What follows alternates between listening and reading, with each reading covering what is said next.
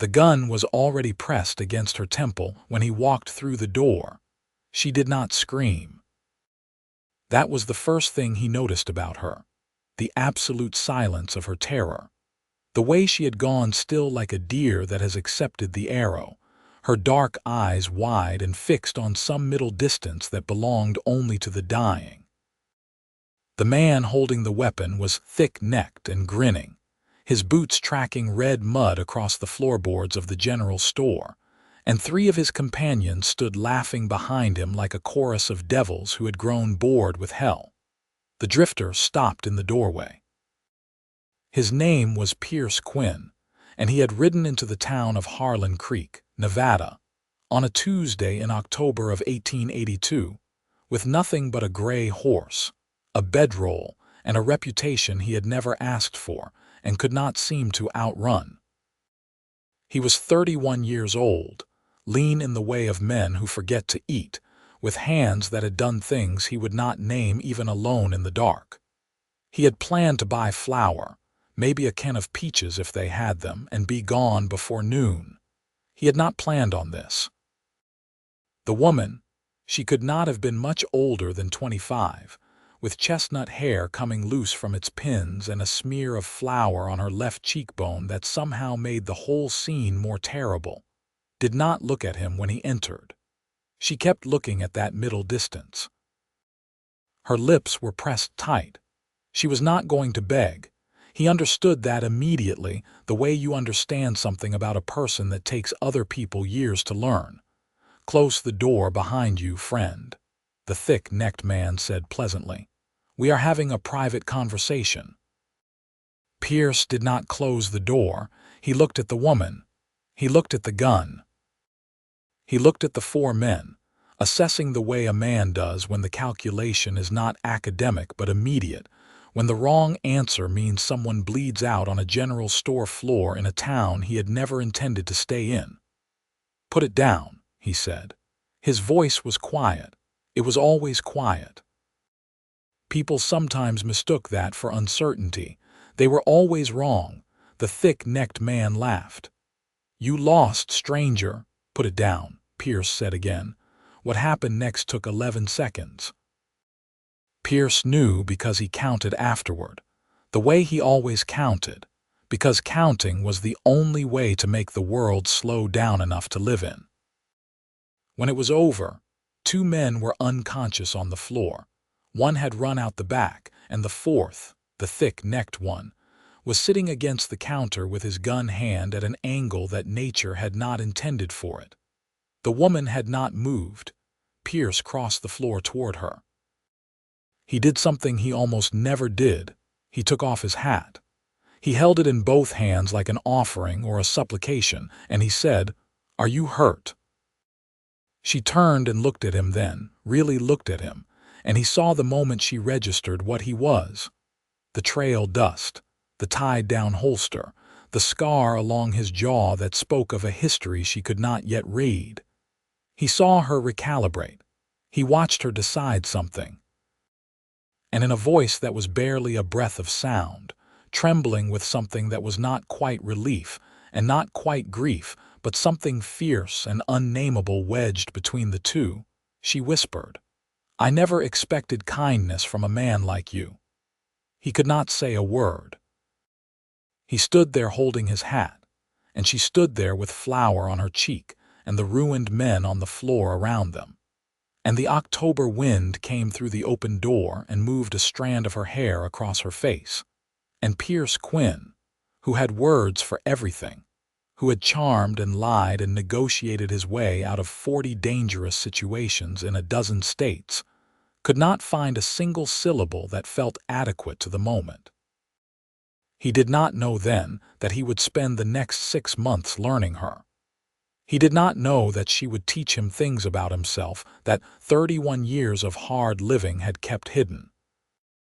He did not know that she would become the most important thing that had ever happened to him, or that he would be required to choose between the dark past chasing him and the only future that had ever made him want to stay in one place. He only knew that she was looking at him like he had done something miraculous by simply being decent, and that this struck him as the saddest thing he had ever witnessed. 3 weeks earlier, Pierce Quinn had crossed the Utah border into Nevada with two things dogging him: a hangover and a man named Burl Stanton. The hangover was manageable. The hangover would pass. Burl Stanton was another problem entirely. Stanton was what the newspapers, when they bothered with him at all, called a land agent, which was a polished way of describing a man who had spent the better part of a decade acquiring other people's property by whatever means presented themselves. Fraud, when fraud would do. Intimidation, when fraud fell short. Violence, when everything else failed. He operated out of Carson City with the blessing of men who wore good suits and sat on committees with important names.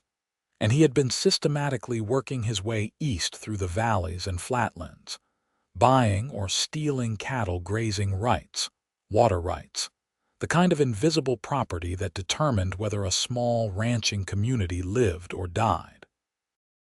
Pierce had crossed Stanton 2 years earlier in a business arrangement that had gone catastrophically sideways, and the details of it were the kind that Pierce kept locked in a room inside himself that he never opened in daylight.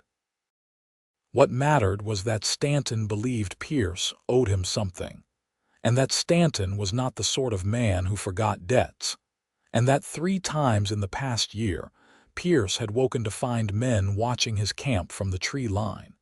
He had come to Harlan Creek by accident.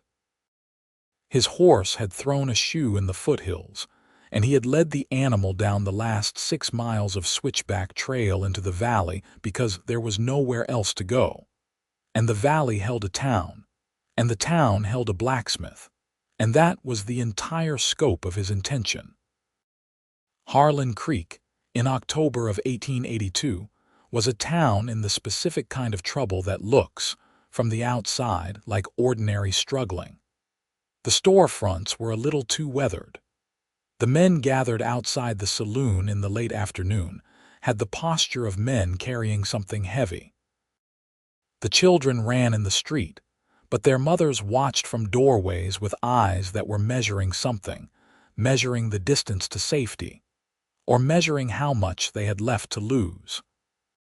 Pierce noticed all of this the way he noticed everything, automatically, the way his breathing was automatic, because he had learned a long time ago that noticing was survival. He had the horse rishad by a blacksmith named Tom Reardon, a wide, red-faced man in his 50s who talked while he worked with the compulsive fluency of someone who spent most of his time alone. Tom Reardon told him about Bo Harker and his men. The thick-necked one Pierce had broken in the general store was named Clyde Harker, Bo's younger brother, without being asked, the way people in troubled towns will tell their troubles to strangers because strangers are temporarily safe. Bo Harker, Tom explained, hammering rhythmically at the horseshoe, had come to the valley 8 months ago. He had come with money and with men and with a piece of paper that he claimed gave him rights to the water source that fed the 3 main ranches east of town. Nobody knew exactly where that paper had come from, or who had signed it, or whether it was worth anything legally.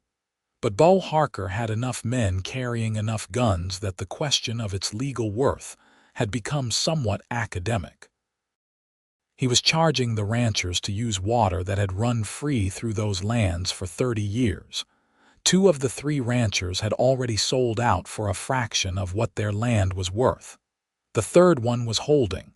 "Who is the third?" Pierce asked. Tom Reardon hesitated in a way that told Pierce the answer mattered to him personally. "Kathleen Rourke," he said. "Young woman. Lost her father 2 years back. Her husband, well, she was never married. She has been running that place with 2 hands and her own backbone since Jonas Rourke passed, and it is a better run operation than most men manage with full crews." He set down his hammer. "She will not sell. Harker's men have been making that difficult for her." Pierce paid for the shoeing, took his horse, and meant to ride on. He still did not know what made him stop at the general store. He was not hungry enough for it to have been genuine need. He told himself afterward that it was the peaches. He had a weakness for canned peaches that went back to a particular afternoon in his childhood that he preferred not to examine. But the truth was more complicated than that, and he knew it. He had heard something in the street. A sound that was not quite a word and not quite a sob.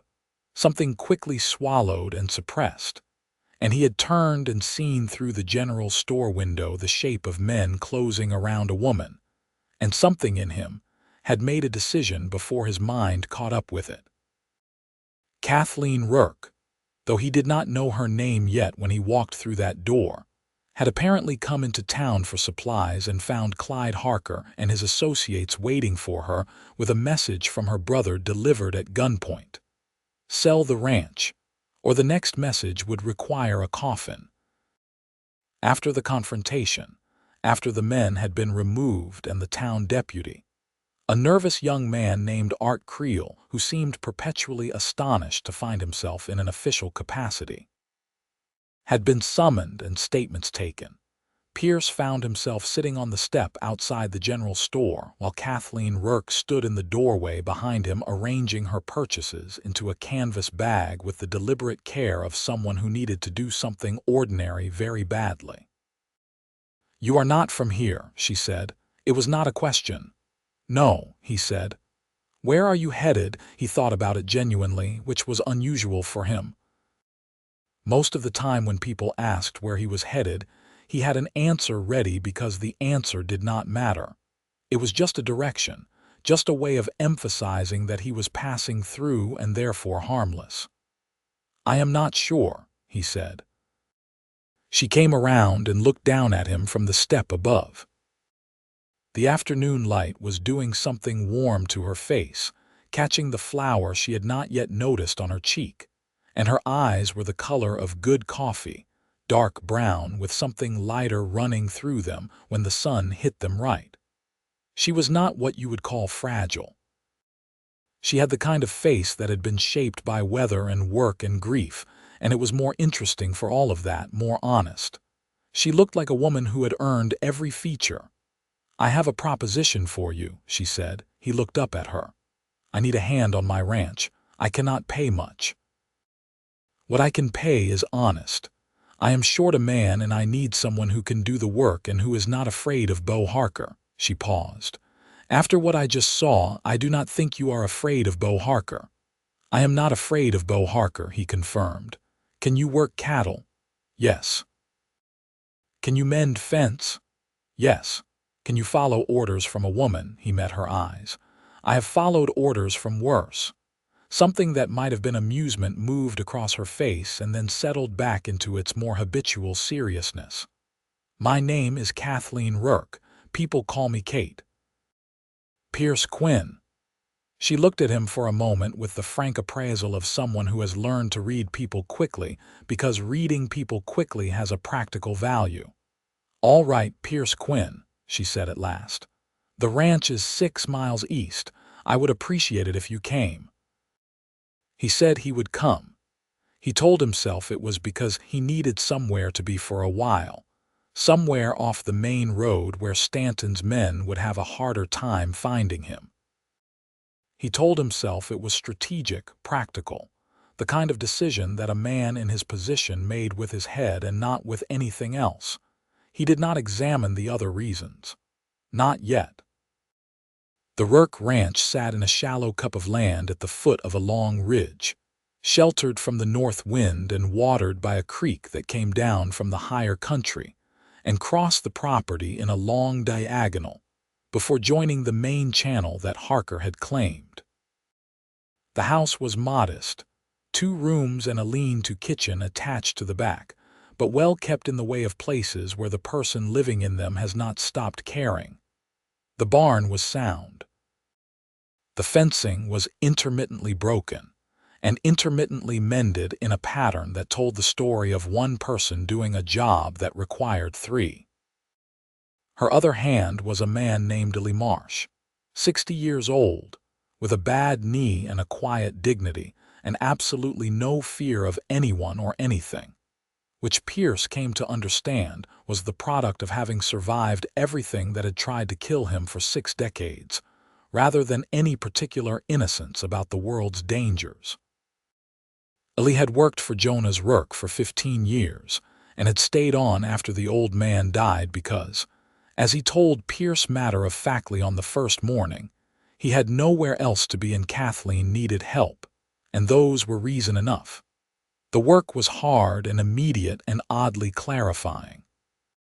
Pierce rose before dawn with the rest of them and worked until the light was gone, mending the south fence line where cattle had pushed through into the dry wash, moving the herd to new grazing, repairing the water trough that had developed a slow leak, hauling firewood from the stand of pinyon pines on the ridge.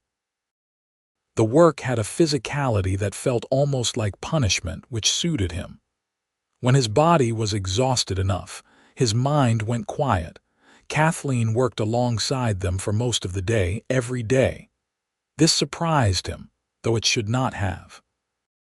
She rode a bay mare with the ease of someone who had been on horseback since before she could remember, and she handled cattle with a confident efficiency that he had seen in very few men and almost no women, not because women were incapable of it, but because women were so rarely given the space to learn.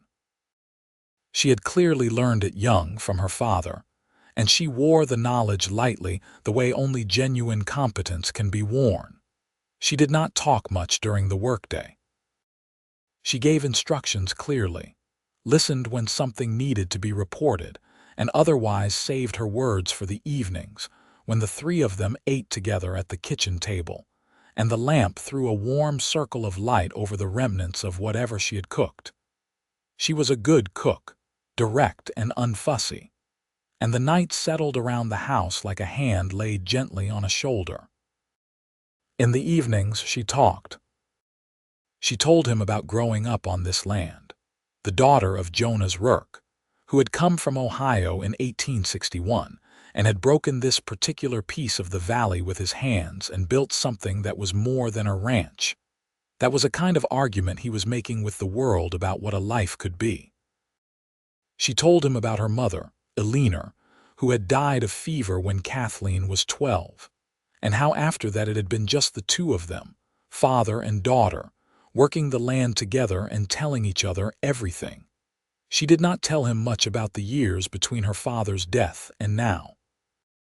There were 2 years of her life that she navigated around in conversation with the skill of someone who has had practice at it, and Pierce did not push.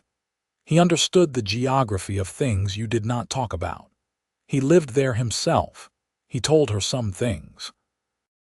Not the important things, not yet, but real things. His childhood in Kansas, his father who was a drunk and a sometimes kind man and a mostly absent one. The years he had spent drifting after the man died and left him with nothing to anchor him to any particular place. He told her about learning to shoot from an old Texas Ranger named Moss, who had taken a season-long interest in his education for reasons that were never fully clear. He told her that he had been, at various points, a trail hand, a mine worker, a Pinkerton operative for a humiliating 6 months that he preferred not to revisit, and most recently what might charitably be called a problem solver for hire. "What kind of problems?" she asked. "Various kinds," he said. She looked at him across the table. The lamp was between them and her eyes were dark and level and entirely unembarrassed about the directness of their attention. "Were they legal problems?" "Some were more legal than others," he said. She was quiet for a moment. Then she said, "I am not going to ask you more than you want to tell me. I am just going to tell you that I am someone who values honesty above most other things, and whatever you are or have been, that preference of mine will not change." "I understand," he said. "Good," she said, and stood and began clearing the plates. On the 4th day, Bo Harker came. He came in the late morning with 4 men, riding up the main approach to the ranch house with the relaxed confidence of men who have not yet been given a compelling reason to feel otherwise. Harker himself was nothing like his brother. Where Clyde had been thick and loud, Bo was thin and still and spoke in the measured tones of a man who has learned that quiet is more threatening than noise. He was perhaps 40, with a narrow face and small, colorless eyes, and the kind of patience that is not a virtue but a weapon. Pierce was on the roof of the barn, replacing shingles when they rode up. He came down the ladder slowly and stood where he could be seen without being obviously positioned, which was its own kind of positioning. Kathleen came out of the house. She stood on the porch with her arms at her sides, and Pierce watched her face do the thing it apparently always did in moments of difficulty. It went absolutely still, becoming a mask so smooth and controlled that only someone who had already spent 4 days reading her would notice how rigid her jaw was, how carefully she was controlling her breathing. "Miss Rourke," Harker said pleasantly, not dismounting, "I hear you have a new man." "I hired a ranch hand," she said. "There is nothing unusual in that." Harker's pale eyes moved to Pierce with the quality of something measuring. "Your brother is at the doctor in town," he said to Pierce, conversationally. "Or rather, your brother's employer is at the doctor. Clyde will be some while recovering." "I apologize for that," Pierce said. He did not sound particularly apologetic. Harker looked at him for a long moment. "I know your name," he said finally. "Pierce Quinn. You used to do work for Langston Mercer in Denver." "Among others," Pierce said. "Word travels," Harker said. He turned back to Kathleen. "Miss Rourke, I want to be clear about something. My offer stands at $1,000 for this property. That is a fair number for what you have here. I would encourage you to think carefully, because the alternative," he paused, "the alternative involves me exercising my water rights in ways that may make cattle ranching in this valley somewhat difficult." "Your water rights are a piece of paper that no court in this territory has validated," Kathleen said. Her voice was perfectly level. "Courts take time," Harker said. "Cattle die quickly without water." He nodded once pleasantly and rode away with his men. Kathleen stood on the porch for a long moment after they had gone, and Pierce climbed down from his position by the barn and walked to the edge of the yard and waited, because something told him she needed a moment before she could be looked at. When she turned, her face had shifted back to what it normally was, not soft, never entirely soft but alive, present, all the parts of her engaged with the actual world. "He will do it," she said. "He will redirect the water." "When?" Pierce asked. "A week, maybe 2. He likes to give himself the appearance of reasonableness before he acts." She looked at the horizon to the east, where the ridge ran dark against the blue sky. "My father built the main diversion channel by hand. It took him 3 summers. This is his water." Pierce looked at her. "Then we will have to solve it before 2 weeks," he said. She looked at him then with an expression he had not yet seen from her, something unguarded and uncertain and almost young. "How? I do not know yet," he said honestly, "but I have solved worse." He was not sure if that was true. But he said it, and she held it, and something between them shifted in that moment. Not much. Not obviously, just the smallest degree of adjustment, like a door that has been stuck for a long time given just enough of a push to begin to swing. He thought about Burl Stanton that night while Kathleen slept, and Ellie snored in the bunkhouse, and the Nevada stars did their cold, indifferent wheeling overhead. Stanton and Harker were not connected. He was reasonably sure of that, as sure as he could be of anything in a situation with this many unknowns. But the fact that Harker knew his name meant that news of his presence here would spread, and spreading news had a way of finding people who were looking for you. He had perhaps less time than he had thought. The morning of the 6th day, he rode into Harlan Creek and found Art Creel in the deputy's office, which was a single room behind the hardware store that smelled of sawdust and anxiety. Art Creel was 23 years old and earnest in a way that the territory had not yet finished destroying, and he listened carefully as Pierce explained what he needed. "I need to know where that water rights document came from," Pierce said. "Who filed it when, and whether there is a record of it with the territorial government in Carson City." Art Creel looked uncomfortable. "That is the kind of inquiry that tends to upset people." "Deputy," Pierce said, "Bo Harker is going to cut the water to the Rourke Ranch within the fortnight. After that, the cattle are dead inside a month, and after that, there is nothing left to sell except the land itself for whatever he offers.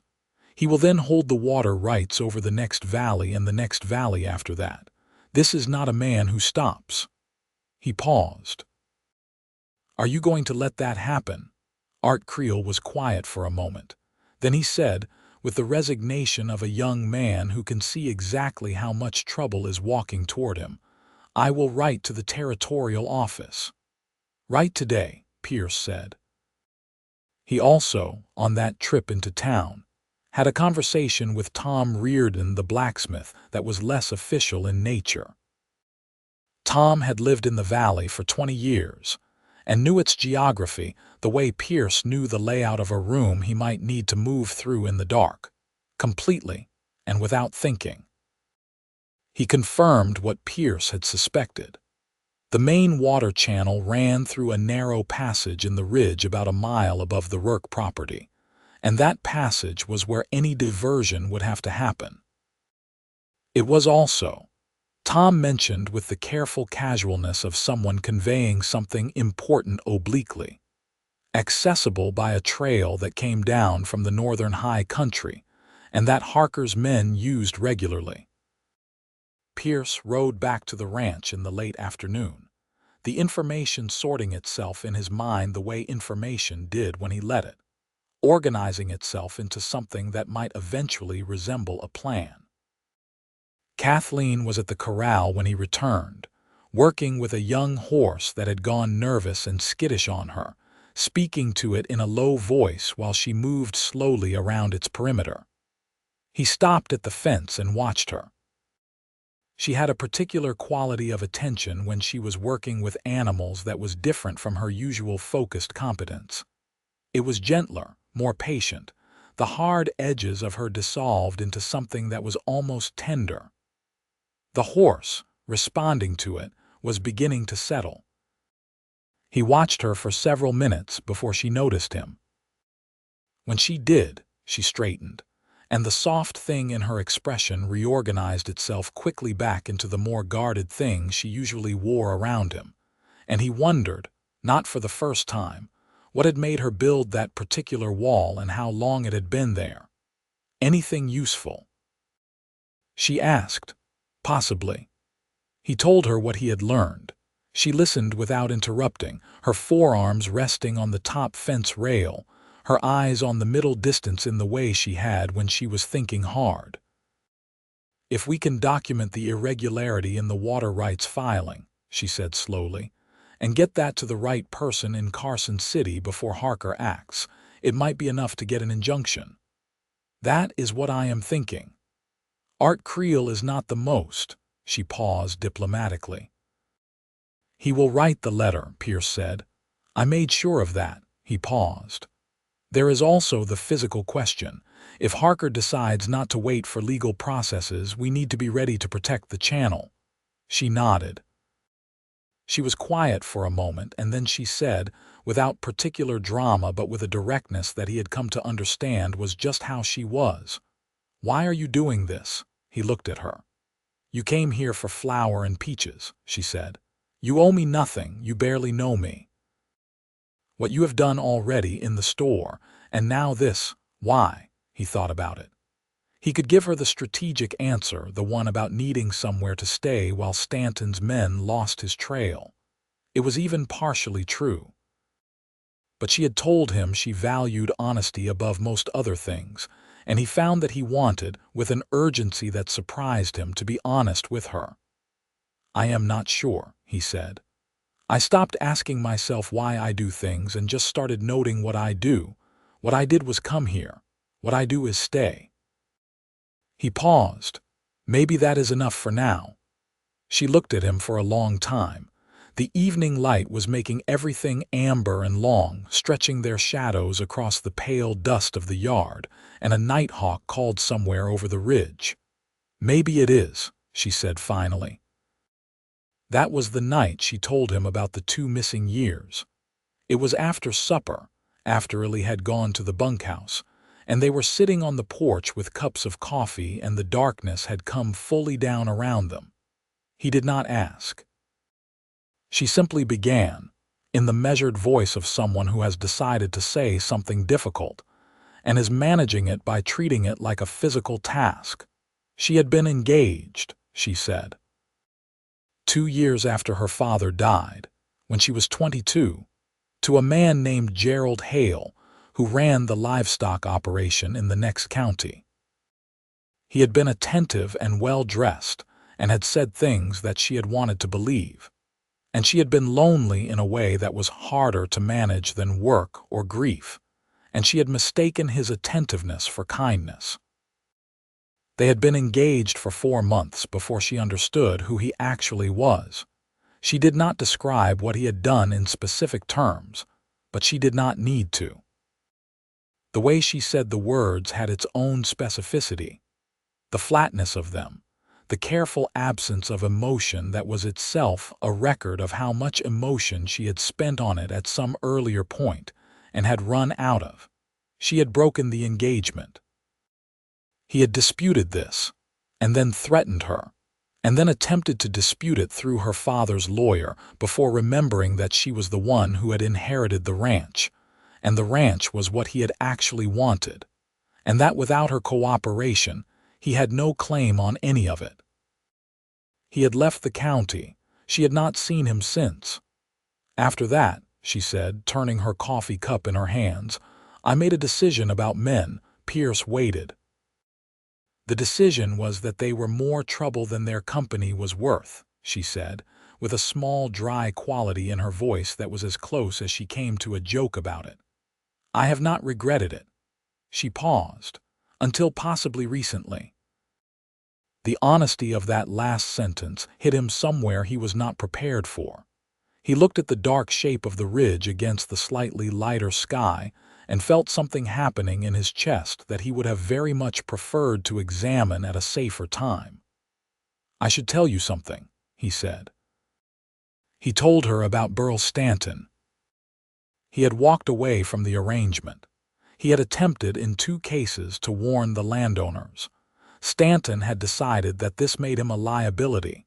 She listened to all of this without her expression changing much. When he finished, she was quiet for a moment, and then she said, "You were deceived."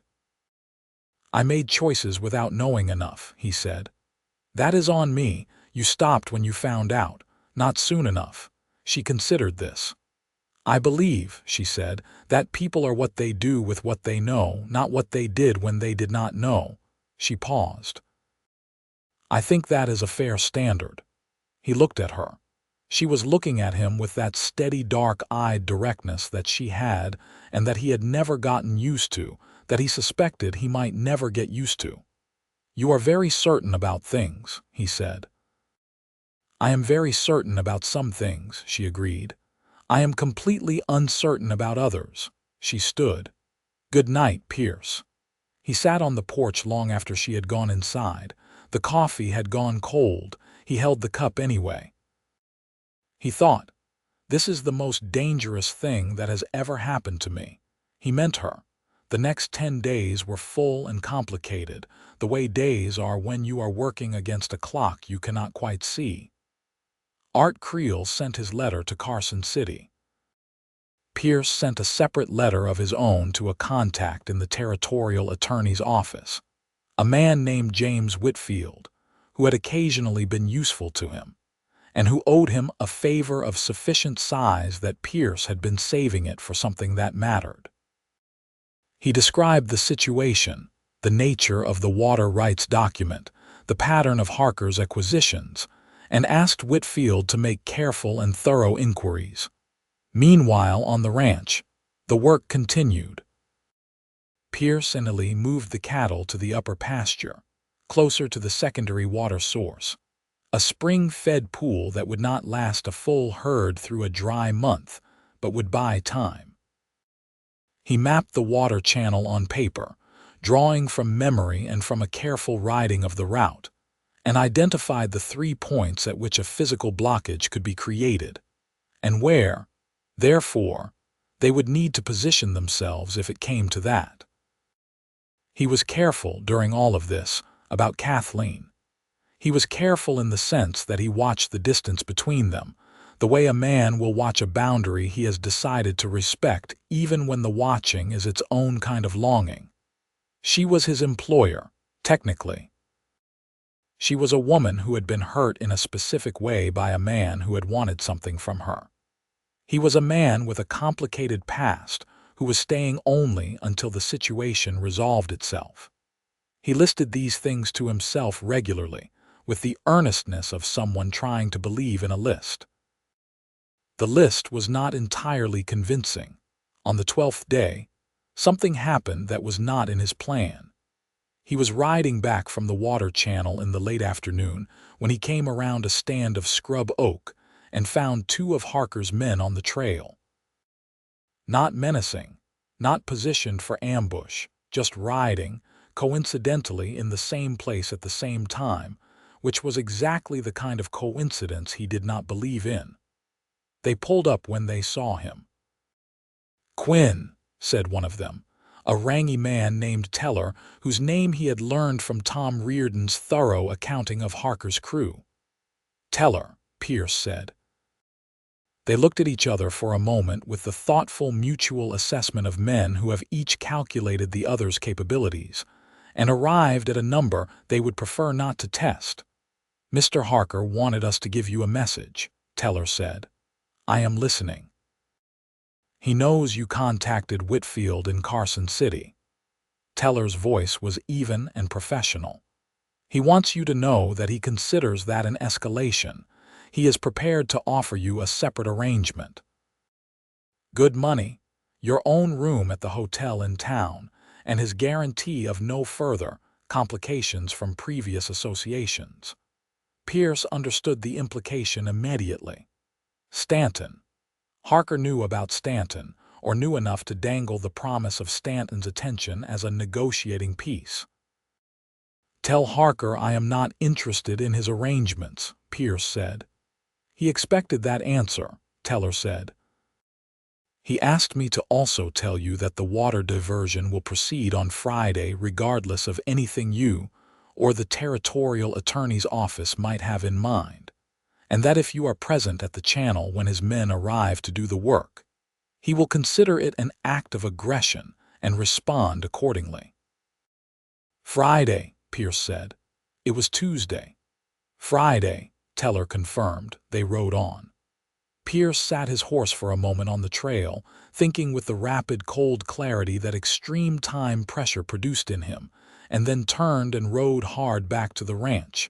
He told Kathleen and Ely that evening. Ely, characteristically, received the information without visible reaction and simply asked what time they needed to be at the channel. Kathleen was very still for a moment, and then she stood and went to the window and looked out at the dark yard. 3 days, she said. "We have the letter from James Whitfield's office to work with," Pierce said. "If he has found what I expect him to find, we can take it to the circuit judge in Elko." "That is a 2-day ride," she said. "If we leave tomorrow and the judge is available and amenable, we could have something in hand by Thursday evening." "Maybe." "Maybe," he agreed. She turned from the window. Her face was doing that controlled thing again, the mask, but it had developed a crack in it that he had not seen before. A small vertical line between her brows that was not anger but something more private, something that was perhaps the face she wore when she was genuinely frightened and not yet ready to name it. I have poured 2 years into this place since my father died, she said. 2 years, and everything before that too. This is my family's. She stopped, pressed her lips together, reorganized. I will not let Harker take it. We will not let him take it, Pierce said. She looked at him. The line between her brows did not disappear, but something in her eyes shifted, the way the surface of a still pond shifts when something is moving below it. We, she said, as if testing the word. You hired me to be a hand on this ranch, he said. This is hand work. A long pause. Then quietly, with the honesty that was the defining quality of her. It feels like more than that. He held her eyes. It is more than that, he said. But we can talk about what it is when this is finished, she nodded. One small, definitive nod. Then let's finish it, she said. They left before dawn the next morning, Kathleen and Pierce, riding for Elko with a copy of James Whitfield's findings, which had arrived, almost miraculously, by courier that same evening. Whitfield being a man who understood urgency when it was properly framed. Tucked in Kathleen's saddlebag alongside enough water and biscuits for 2 days on horseback. Ellie stayed to manage the ranch and to watch the channel, with instructions to ride for town if anyone appeared before Thursday. The ride to Elko was long and mostly silent in the way of two people who are thinking hard and who have already said most of the important things and are now in the business of letting those things settle. But it was not an uncomfortable silence. Pierce had spent most of his adult life in the company of people he did not particularly want to talk to, and silence with them had been a kind of isolation. This was different. This was the silence of someone else's presence being genuinely welcome, of two people occupying the same space with the ease of long familiarity, rather than the awkward tolerance of proximity.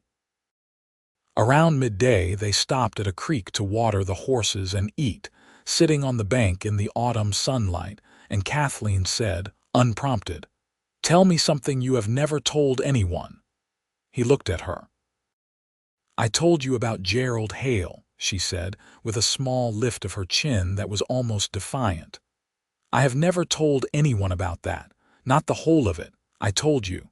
I want to know something about you that is equivalent." He thought about it for a while, genuinely.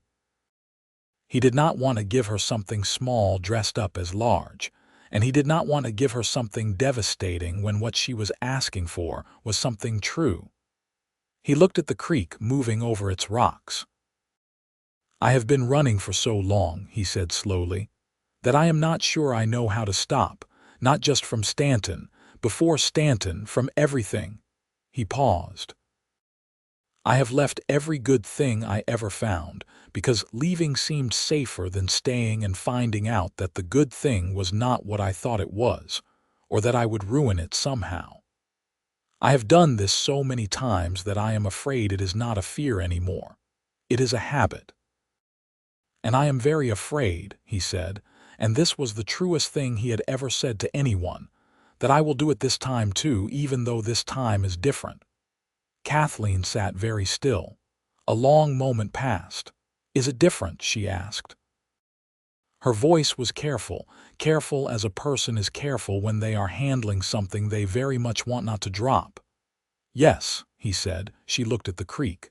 "Then I think," she said, "that the cure for a bad habit is practice at the better one."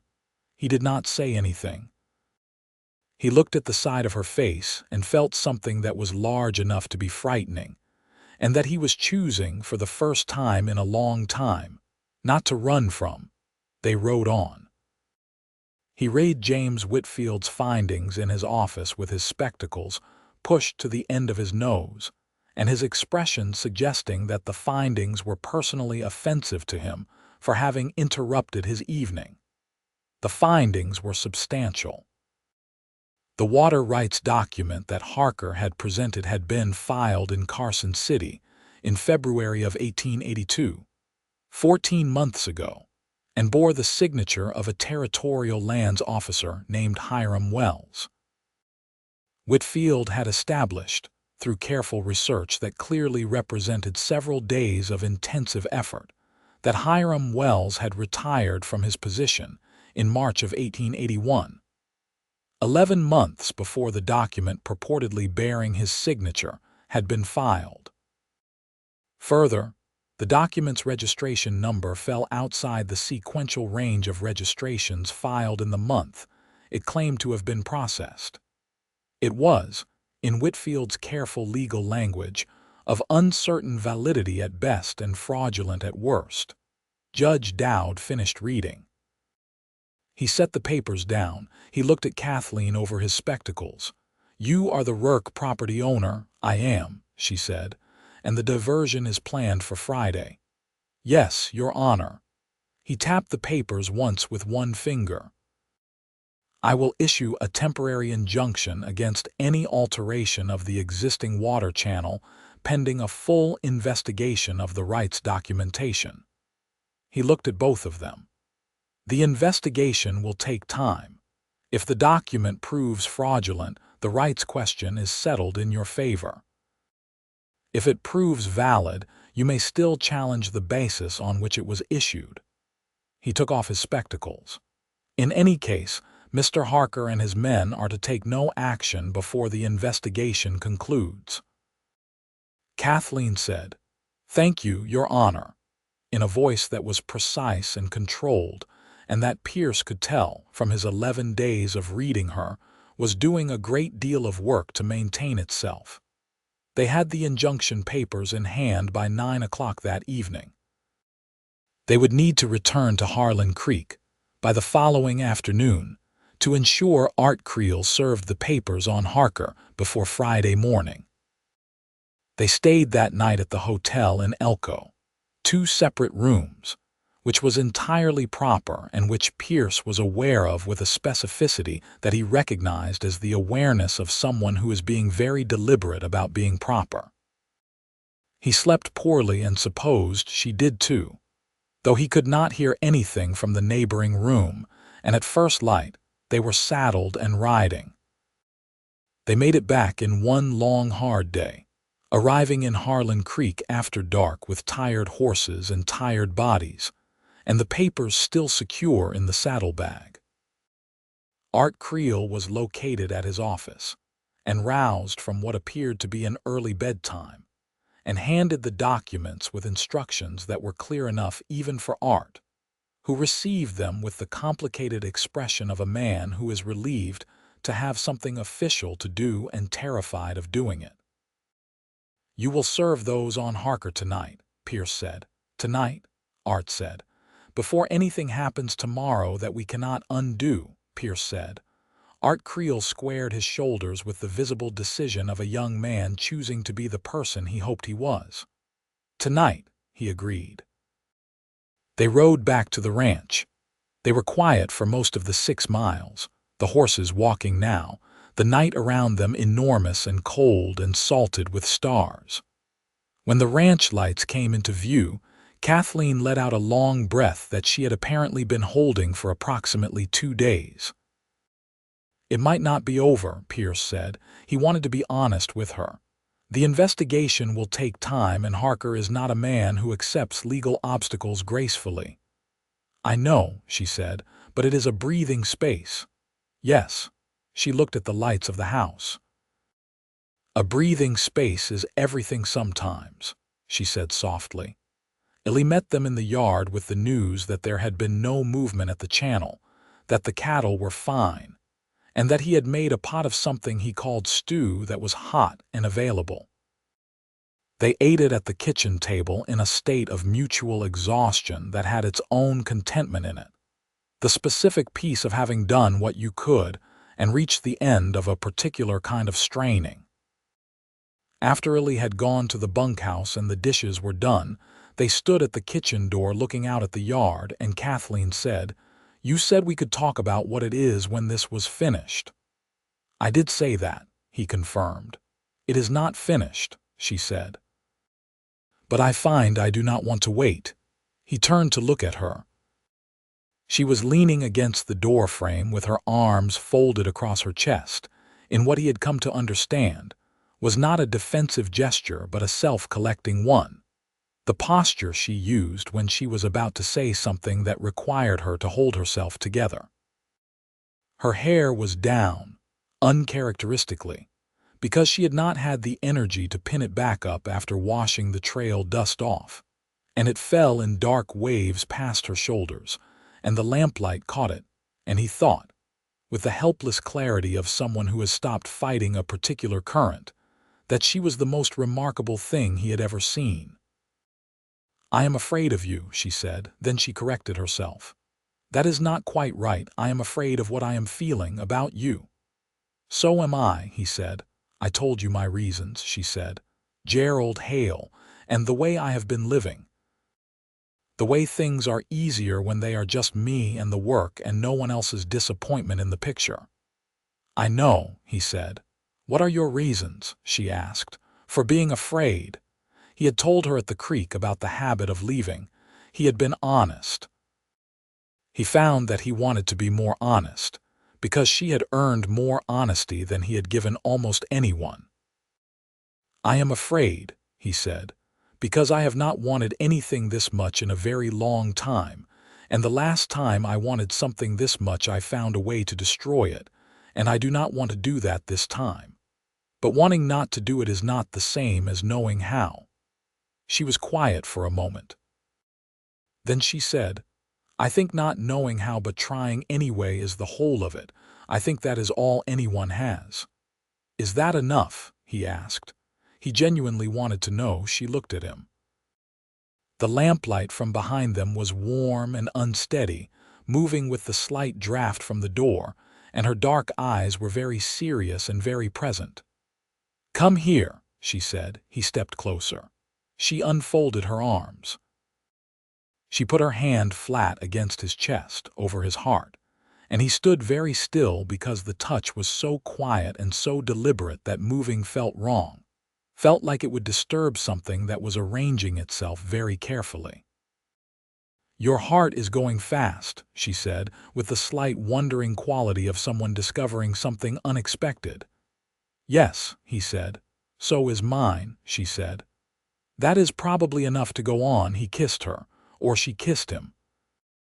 The distinction, afterward, was not entirely clear, and neither of them particularly cared. It was gentle and serious, the way she was, and it lasted a long time.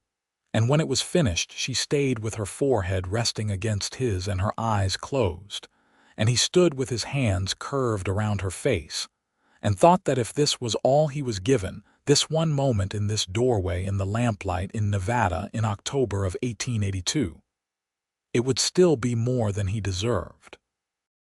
But he wanted more. For the first time in a very long time, he wanted more than a single moment. "Stay," she said without moving. The word was very small and very large at the same time. "I am staying," he said. What followed in the next several weeks was the slow and not always comfortable work of two guarded people choosing to lower their guards in alternation, one at a time, never simultaneously, because neither of them had quite enough trust yet to be completely undefended at the same moment. But the choosing was continuous, which was the important thing. Every day was a series of small choices in the direction of each other. Pierce moved from sleeping in the barn, which he had been doing since his arrival, as appropriate for a hired hand, to sleeping in the house's second room, which had been Jonah's Rourke's room and which Kathleen had been keeping empty and scrupulously clean in a way that said something about loss that she would not have said in words. The offering of the room was, Pierce understood, a significant gesture, and he treated it as such. He wrote to James Whitfield twice more as the investigation progressed. Whitfield confirmed that the water rights document was indeed fraudulent. Hiram Wells, reached in retirement in Sacramento, had signed no such document and recognized neither the terminology nor the registration process described in it. The information was forwarded to the territorial court. Bo Harker, served with the injunction, did not immediately leave the valley. He was not the kind of man who left immediately. He retained a lawyer from Carson City and filed objections and requests for additional hearings, and the legal process wound through its channels with the deliberateness of Western bureaucracy. But the injunction held, which meant the water flowed, which meant the cattle lived. During this period, Harker's men were seen less frequently around the valley. Whether this was strategic patience or the beginning of a retreat, Pierce could not yet determine. What arrived on a Wednesday in mid-November was not Harker, but Burl Stanton. Stanton came alone, which was either a sign of confidence or a gambit, and Pierce suspected both. He arrived at the ranch in the mid-afternoon and introduced himself to Kathleen with the correct manners of a man who has practiced being unthreatening, and asked to speak with Pierce. Pierce came out of the barn where he had been working and stood in the yard in the afternoon sun and looked at Burl Stanton for the first time in 2 years. He looked older. People who spend a great deal of effort controlling other people tend to age in the face faster than the rest of them. He had gray at his temples now, and he carried something careful in his posture, the posture of a man who has learned to manage rather than to act directly. "Quinn," Stanton said, "you are a difficult man to find." "That has been intentional," Pierce said. Kathleen had come out onto the porch and stayed there in the way she had, not removing herself but not inserting herself, present and watchful. Stanton glanced at her and then back to Pierce. "I would like to make an arrangement," he said. "A final one. Whatever you think I am here to collect, I am not. I am here to close the books." He paused. "The Utah situation has been resolved through other means. The people involved have been compensated through a separate process. There is nothing left between us that requires your continued relocation every 3 weeks." Pierce looked at him. "You sent men to watch my camp," he said. "To find you," Stanton said. "To have this conversation. You could have written a letter. Would you have read it? A fair point." Pierce was quiet for a moment, reading Stanton the way he had always been able to read people. Not completely or infallibly, but with enough accuracy that it had kept him alive in situations where the alternative was not surviving. What he read was not benevolence, exactly. Stanton was not a benevolent man, but he read something that felt like genuine pragmatism, the specific pragmatism of someone who has decided that a loose end costs more to maintain than to resolve. "What happened in Utah?" he asked. Stanton told him. The consortium had been exposed through an entirely separate railroad fraud investigation in Wyoming that had caught several of the same investors. As part of that investigation, the Utah acquisitions had been examined, several had been unwound, and the landowners in question had received a settlement. The story checked out enough that Pierce could verify it, and Stanton knew he knew that. "There is no longer a benefit to tracking you," Stanton said simply, "and some cost. I am a practical man." Pierce was quiet, then he said, "If I ever find out this is not what you say it is, you will not," Stanton said. He said it with the flatness of simple truth. "I did not come all this way to be impractical." He looked around the yard, at the barn and the corral and the house with its sound roof and its well-kept porch. "You seem to have settled," he observed. "I have," Pierce said. And the saying of it felt less like an admission and more like an announcement. Stanton nodded once, the way businessmen nod when a transaction is concluded, and mounted his horse and rode away up the valley road. Pierce stood in the yard until Stanton was out of sight. Then he turned. Kathleen was watching him from the porch with her arms folded and her expression carefully neutral in the way that meant she was feeling something she was not yet ready to name. "Is it over?" she asked. "I believe it is," he said. She looked at him for a long moment. "How do you feel?" He thought about it. He felt, he realized, the specific weightlessness of something you have been carrying for a long time being set down. He felt the unfamiliar sensation of not needing to calculate an exit. He felt, underneath those things, a deep and slightly terrifying clarity about what he wanted his life to look like. "Like I can breathe," he said. She came down off the porch and crossed the yard to him, and she took his hand, which was something she had not done before in an unguarded outdoor moment, and she held it.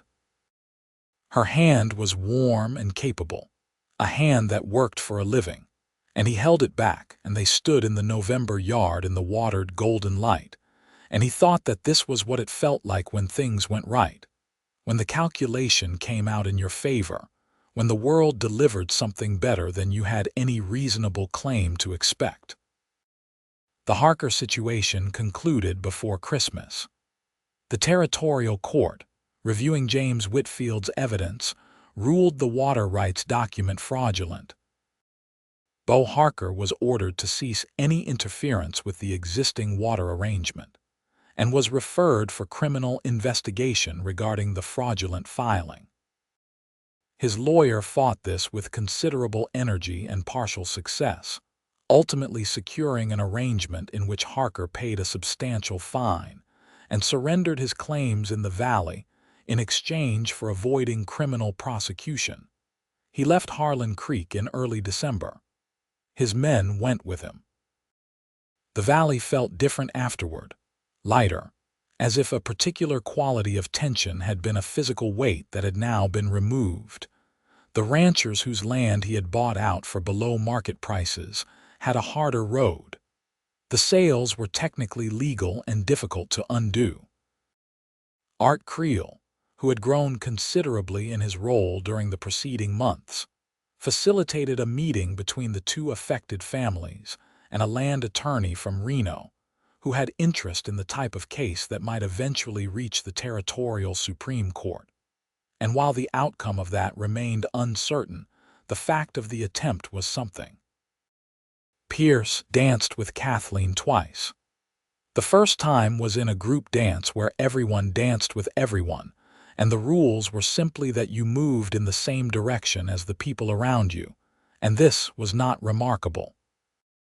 The second time was a slower dance, the fiddle playing something that was almost a waltz, and he held her properly, and she led him, her right hand in his left and his right hand at her waist, and they moved through the small, clear space in the center of the room with the gravity of two people who are extremely aware of each other's proximity. "People are looking at us," she said. "They were looking at us before," he said. "This town has been watching the two of us with considerable interest since October." "I know," she said. She sounded amused rather than bothered by it. "Tom Reardon asked me last week if you were planning to stay on." "What did you tell him?" "I told him I had not yet asked you," she said, and looked up at him. "I am asking you now." He held her eyes. They were in the middle of the room, turning slowly, and the fiddle was doing something heart-catching. And everyone in the room probably knew exactly what was happening and probably had known for weeks. And he found that for the first time in his life he did not mind being seen, did not mind being read, did not feel the old reflexive urge to become unreadable before the reading went too deep. "I am staying," he said. "Permanently?" she asked, direct, honest, her. "As long as you will have me," he said. She was quiet for a turn of the dance, and then she said with the small warmth that she allowed herself in moments like this, "That is going to be quite a long time." "Good," he said. He did not do it dramatically. She swung down from the mare. She handed him the reins with the automatic efficiency of two people who have worked together long enough to move in coordination. She looked at him with the assessing look that was never unkind, only thorough. "Are you sure?" she asked. Not testing him, genuinely asking. "Completely," he said. "For the first time about anything in longer than I can account for." She took the reins back from him, for something to do with her hands, he thought. "I will need you to understand something," she said. "Tell me. This ranch is mine. It will remain mine. I'm not the kind of woman who signs herself over in marriage. I am the kind of woman who builds something alongside another person." She met his eyes. "If you can marry those two ideas, a wife who is a partner, not a property, then yes, I am willing." "I am very good at partnerships," he said, "and I have no interest in anything else." She searched his face, found whatever she was looking for.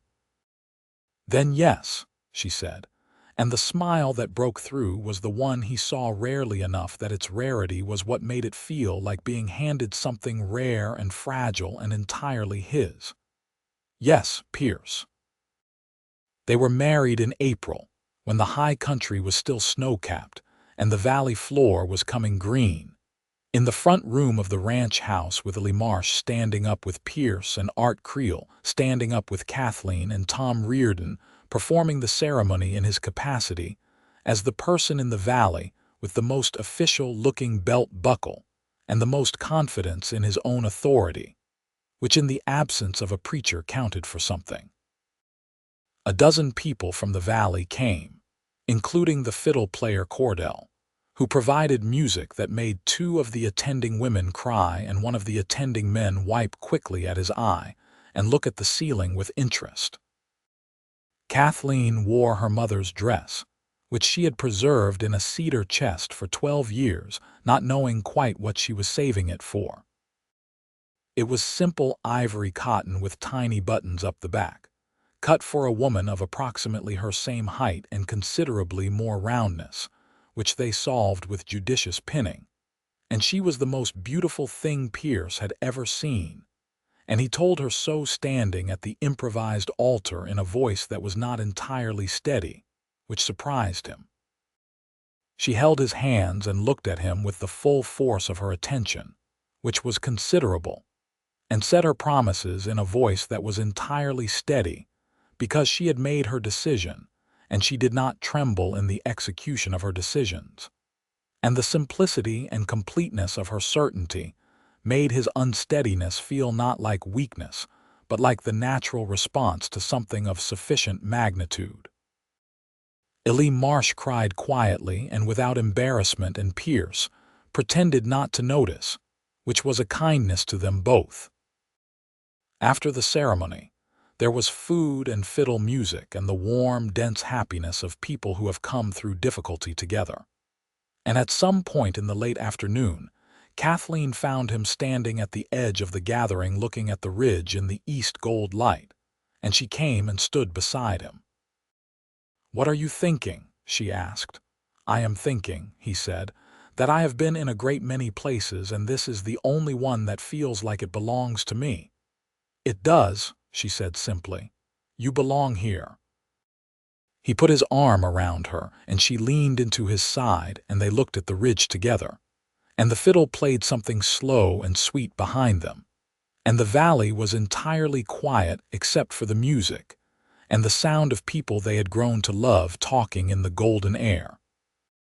The years that followed were not without difficulty, because years never are, but they were the kind of difficulty that strengthens rather than erodes when you face it together. The summer of 1883 was dry, and the water from the creek ran low, and they made decisions together about which pastures to rest, and which cattle to sell early, and when to cut their losses before the losses cut them. They made those decisions at the kitchen table in the same lamplight that had witnessed every important conversation of their courtship. And the decisions were better for being made by two people who thought differently and listened to each other's different thinking. In the spring of 1884, their son was born.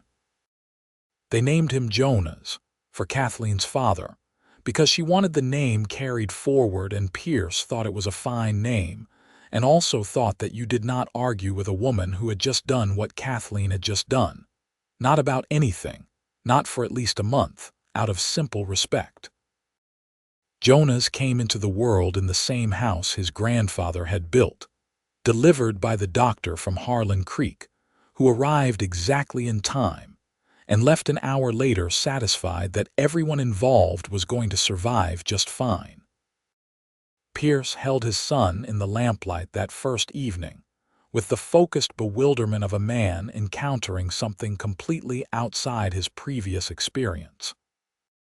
Jonas was very small and very noisy about the particular indignity of existing, and Pierce held him with the careful attention of someone handling something irreplaceable, which was precisely what Jonas was, and he looked at Kathleen in the bed with her hair spread loose, and her face exhausted and luminous, and he said, "I do not know how to do this." "Neither do I," she said, "but we did not know how to do most of the things we have done, and they went reasonably well." "This is rather more important than the things we have done," he said. "Yes," she agreed, "so we will try harder." She held out her arms, and he gave Jonas back to her, and watched her hold their son with an ease that was not experience but instinct, something elemental and immediate, and the love he felt was so large that it briefly untranslatable into any frame of reference he had. He sat on the edge of the bed and put his arm around her shoulders, and she leaned against him, and Jonas made small, outraged noises about the world that had received him, and Pierce thought, "I made it. I stayed. This is what staying gets you." Ellie Marsh, informed of Jonas's arrival the next morning, came to the house and looked at the baby with the same quiet dignity he brought to everything and said, "He has Jonas Rourke's nose. Your father would have been very pleased." And Kathleen cried a little and smiled a great deal, and Ellie patted her hand with the gruff tenderness of a very old friend. As Jonas grew, Pierce found the parenting came to him not easily but genuinely. He was patient with children in the way he was patient with horses and with Kathleen, and with anything that required consistent attention over time, steadily, without drama, showing up reliably in the same direction. He taught Jonas to ride when the boy was 3, the same age Kathleen said her father had taught her, and watched Jonas take to the saddle with the inevitable ease of someone growing up on land that makes horses as natural as walking. James Whitfield, the territorial attorney's contact who had provided the crucial research on the water rights document, came through Harlan Creek on circuit business in the fall of 1884 and stayed 2 nights at the ranch, and Pierce and Kathleen fed him at the kitchen table and heard the legal news of the territory and sent him off with enough provisions for a week. He told them, as a parting piece of news, that Bo Harker had resurfaced in Oregon and was apparently engaging in similar land acquisition activities there, and that efforts were being made by territorial authorities to flag his pattern for Oregon officials. Whether those efforts bore fruit, Pierce never knew. But he thought of the 2 ranching families in the valley who had lost their land to Harker's prices, and hoped the information reached the right people in time. Art Creel was elected town marshal of Harlan Creek in the municipal election of 1885. Running unopposed because everyone in town had been watching him grow into the job for 3 years and had decided, collectively, that he deserved the official title. Pierce attended the small celebration at Tom Reardon's and shook Art's hand and told him he was going to be a fine marshal. And Art said that Pierce was at least partly responsible for the fact that he had anything to be marshal of. And Pierce said that Art had done the actual work, and the credit was his. Tom Reardon, as it turned out, had been quietly devoted to Kathleen for the entirety of her father's friendship with him, and had felt for her, from a respectful distance, a protective affection that had never been romantic, but was deeply genuine. When it became clear that Pierce was what he was in Kathleen's life, Tom had done what a decent person does. He had redirected that protectiveness into simply being her friend, which he was very good at, and which Pierce respected enormously. The 2 men became, over time, something that was not quite the easy friendship of matched temperaments. They were too different for that, but the steady regard of 2 people who respect each other for reasons that go beyond liking. In the spring of 1886, Kathleen discovered she was expecting their second child.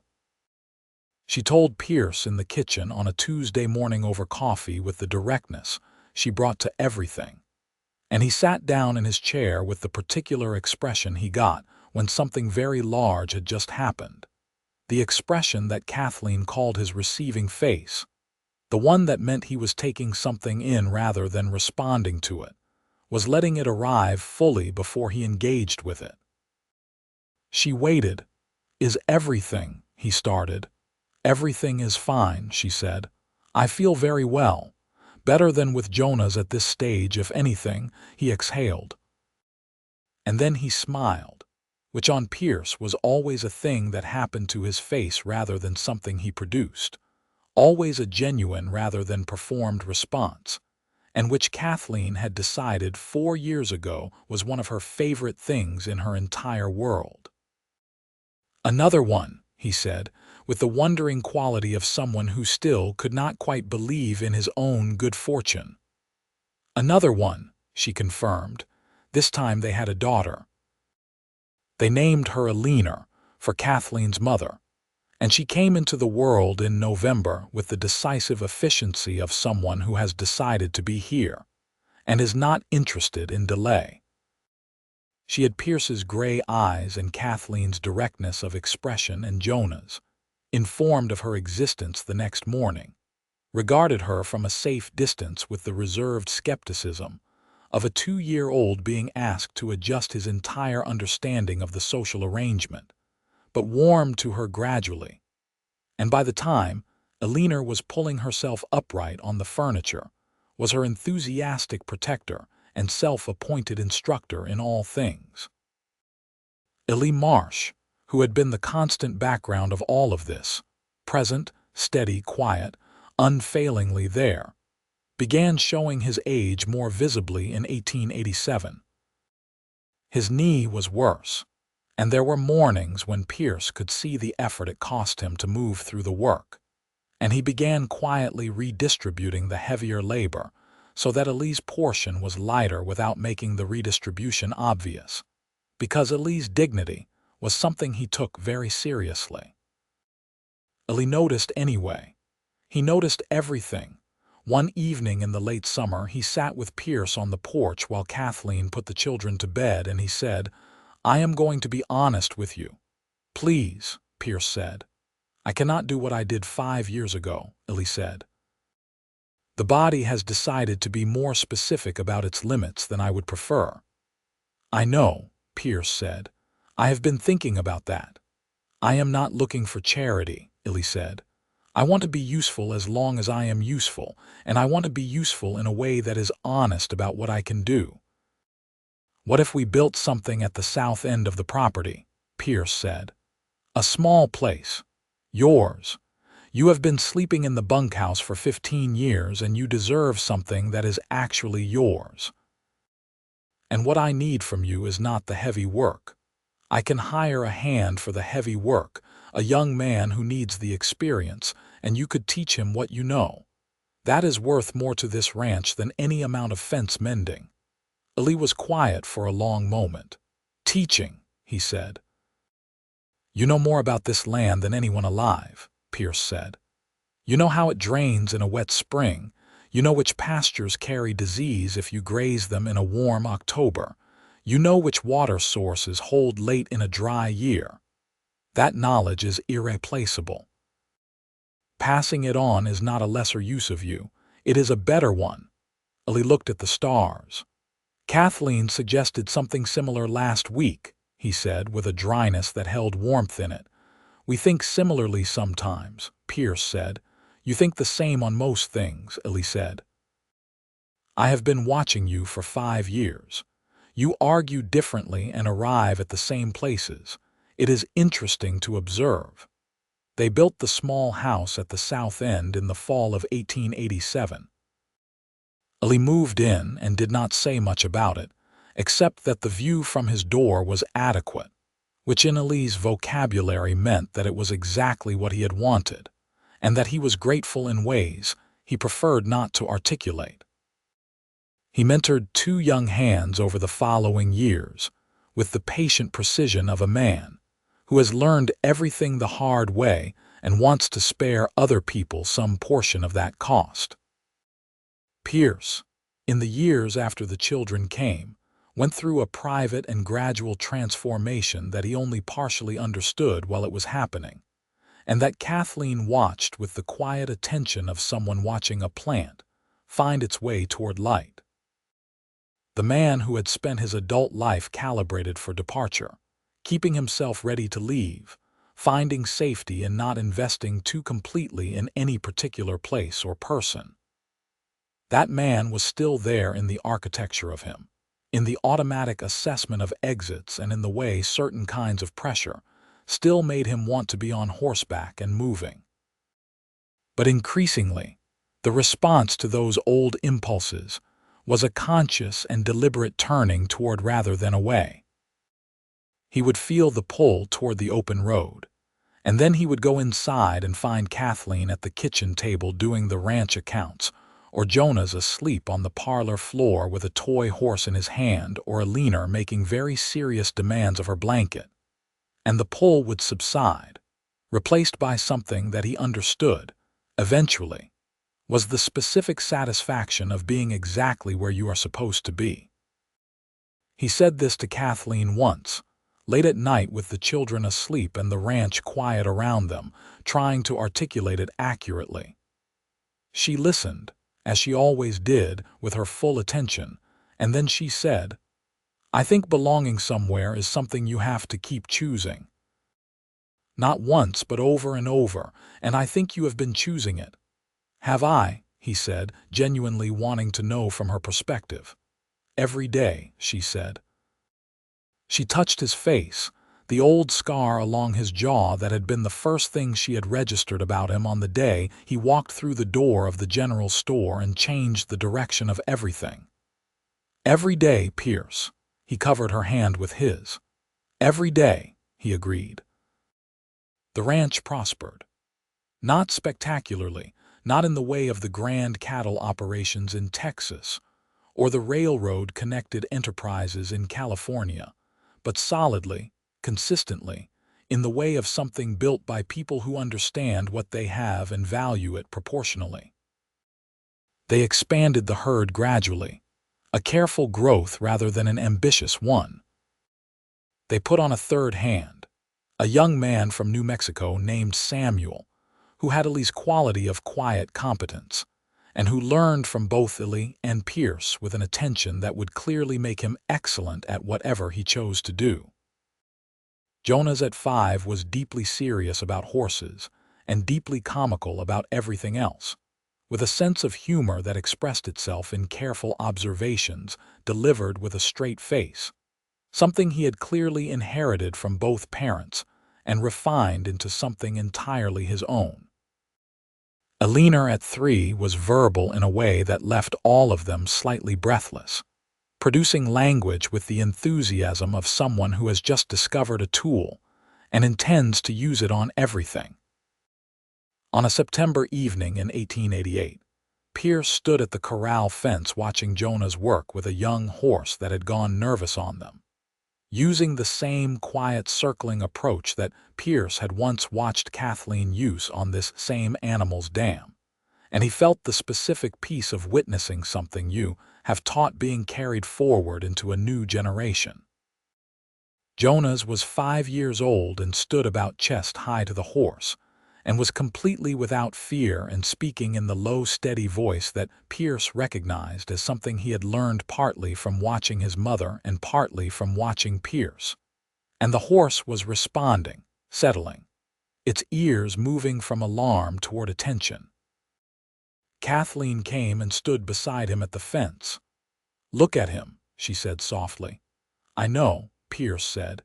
"He is going to be remarkable," she said. Not with pride exactly, or not only with pride, with recognition, the honest recognition of someone seeing a person clearly. "He already is," Pierce said. She leaned against his shoulder. He put his arm around her. They watched Jonas and the horse in the last of the September light, and the valley was quiet around them in the way of places where things have been settled, where the ground has accepted the weight of what has been built on it and is not pushing back. He thought about the October day in 1882, when he had ridden into this valley with a lame horse and no plan, and had walked through a door and found her terrified and silent and refusing to break.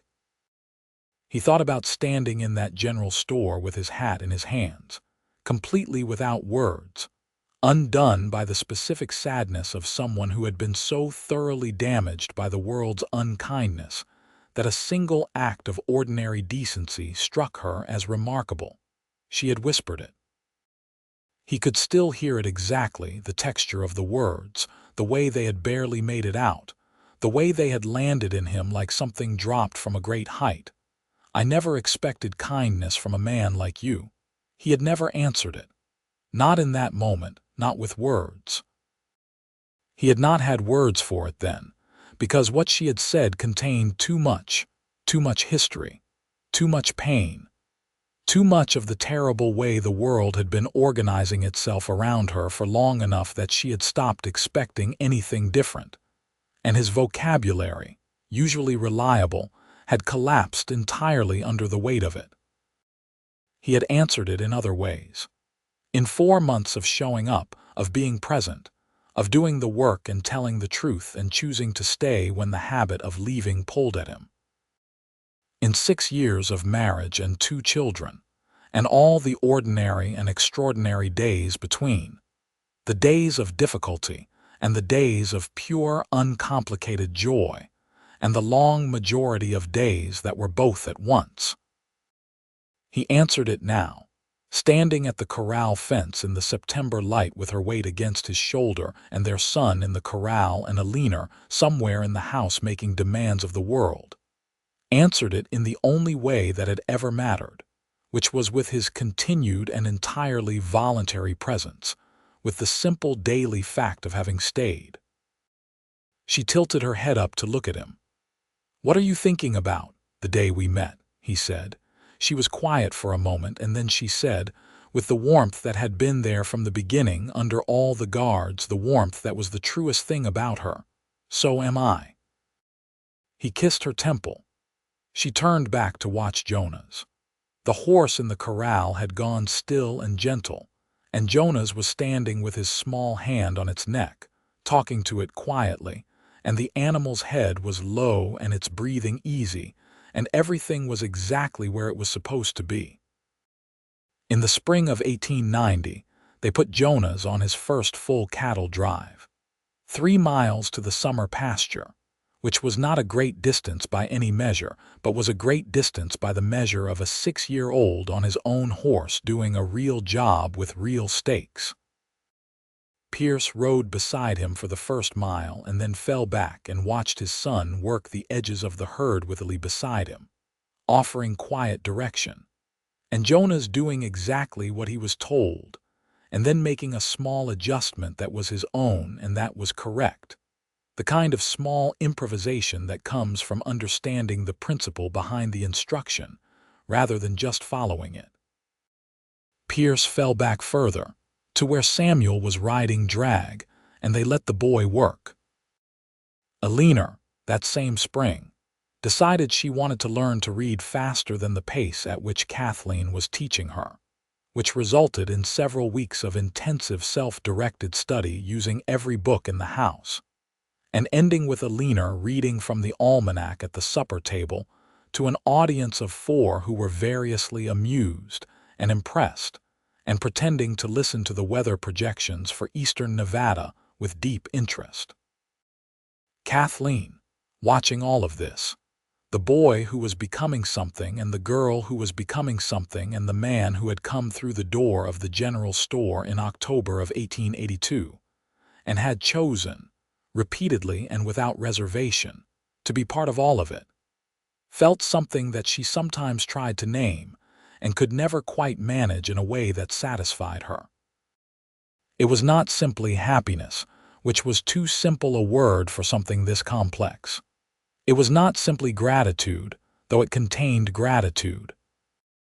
It was the specific feeling of having arrived somewhere you had long since given up expecting to reach, of having been wrong about the shape of the world in a way that turned out to be entirely forgivable, because the world had agreed to be better than you thought it was. She had told Pierce once, on a winter evening, Jonah's asleep in the next room and Alina a future person they had not yet met, the two of them sitting by the stove with the kind of quiet between them that is the product of deep familiarity and has nothing to do with having nothing to say. She had told him that the hardest thing she had ever done was believe him. "Believe me," he had said. "Believe that you were what you appeared to be," she said. "After Gerald, Hale, and everything after that, to look at you and decide that the evidence of my own experience of you was more reliable than the story I had written about what men were." She held her coffee cup. "That was the hardest thing, and I was right to do it." He had been very still when she said that, the way he went still when something struck him deeply. "Were you afraid?" he asked. "Terrified," she said. "Every day for about 6 months, you did not show it." "I showed it to you," she said. "In everything but the direct words, and you were very patient." "I had reasons to be patient," he said. "You had something to lose," she said. "I know." "So did you," he said.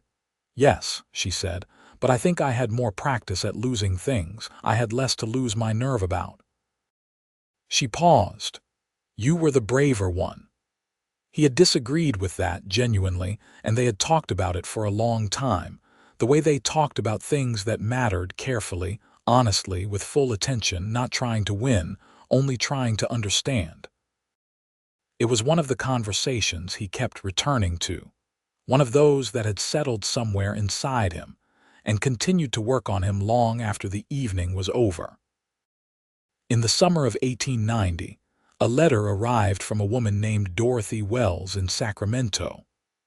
The wife, it turned out, of the retired lands officer Hiram Wells, whose forged signature had been on Harker's fraudulent water rights document. The letter said that her husband had died the previous winter, and that in his final months, with the clarity that sometimes comes at the end, he had wanted to ensure that people knew he had never authorized the document bearing his name, that his signature had been taken without his knowledge, and that he was glad the legal system had caught the fraud and corrected it. The letter also said in its final paragraph that he had hoped the people most affected were doing well. Kathleen read the letter at the kitchen table and then folded it very carefully and set it down. "I am glad," she wrote, she said. "So am I," Pierce said. "Poor man," she said, "carrying that." She looked at the letter. I should write back to her. She did.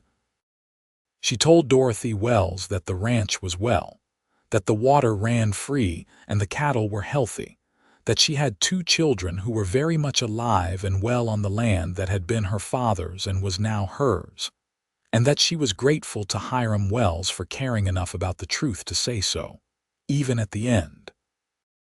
She did not say that the whole chain of events had begun with a stranger walking through a door at exactly the right moment. She did not say that the stranger had become the architecture of everything since. These things were true but belonged to her and to Pierce, and not to a letter to Sacramento. They belonged to this ranch, to this valley, to the 6 years of mornings and evenings and arguments and reconciliations and laughter and 2 children and all of it. The entirety of what they had built together on the foundation of one moment in a general store where a woman had whispered something she had not meant to say, and a man had found himself completely without words. He still thought about it sometimes, the wordlessness of that moment, the way her quiet, terrified sentence had stripped him of everything he knew about handling the world. He had answered it every day since. He intended to answer it every day that remained. He understood now, in a way that would have been unavailable to him in 1882. To the man who had ridden into the valley with nothing to his name and nothing to stay for, that answering it was not a project that had a completion. That kindness was not a single act but a practice, daily and chosen. That it was not something you did once and then owned, but something you did repeatedly, and that became, over enough time, what you were. He was Pierce Quinn. He was Kathleen's husband, Jonas's father, Eleanor's father, Illy Marsh's employer and friend, Art Creel's occasional counsel and genuine admirer. He was a man who had come through a door in a moment of someone else's need, and had found that meeting that need had been the most important thing he had ever done for himself. That in trying to rescue her, he had rescued something in himself that he had not known was available to be recovered. The valley, in the last light of a summer evening in 1890, was green and gold and entirely his.